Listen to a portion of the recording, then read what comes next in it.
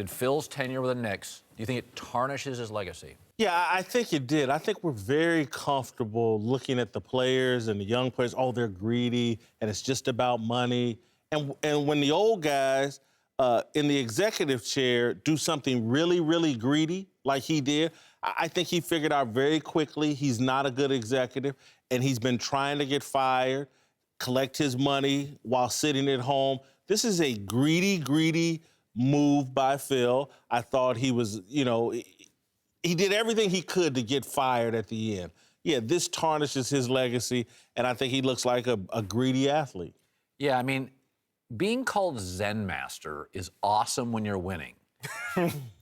But when you're called Zen Master at 70 and you're losing, you look like crazy old guy that smokes too much pot and does yoga all day. Like, it ain't the same, man. He looks like a crazy old dude right now. Well, Colin, here's the thing, too. The Zen Master works because he was able, at the Lakers, when I was there, to have hands-on. He was in the locker room. He was on the bench. He was in front of his guys. So that mental philosophy, the thought process, he was able to get a sense and feel from his players. But once you get to the front office, you're far removed from the day-to-day contact with the players, so you don't have the impact. I played for Pat Riley.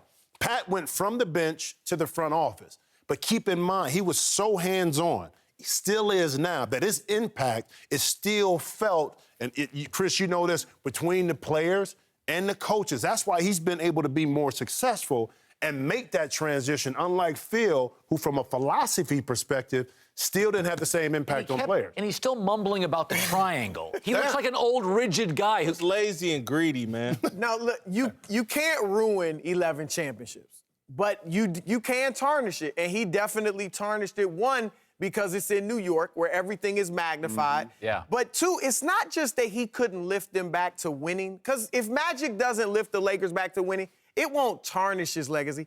It's the foolishness that went on. Yeah. It's the LeBron posse comments. It's the attachment to the triangle, the Joakim Noah contract, the arguments with Melo driving him out. Yeah. Now you ruin your relationship with Kristaps Porzingis. Like, it's all that ruined it. If he had just gone there and, man, I just can't build a winner, okay, that's fine. But all these shenanigans, he looked, like you said, he looks But can I ask you a question?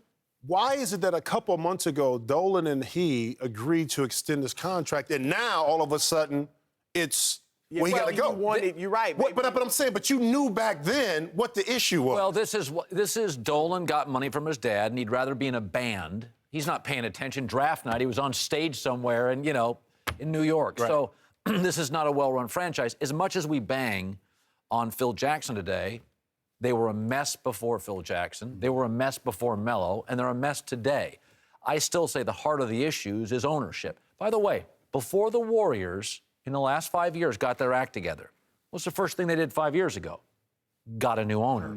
Listen, I agree with what you're saying, but Phil brought a huge reputation. He's the Zen Master, 11 titles. He's the Red Auerbach of this generation.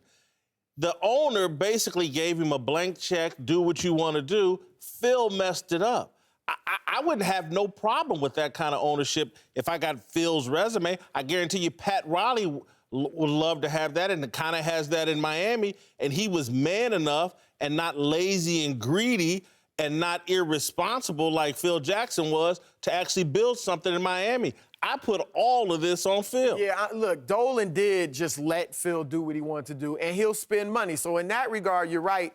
But you can't totally absolve Dolan, because legend after legend after legend has gone there under him and looked fool. Lenny Wilkins ended up looking bad.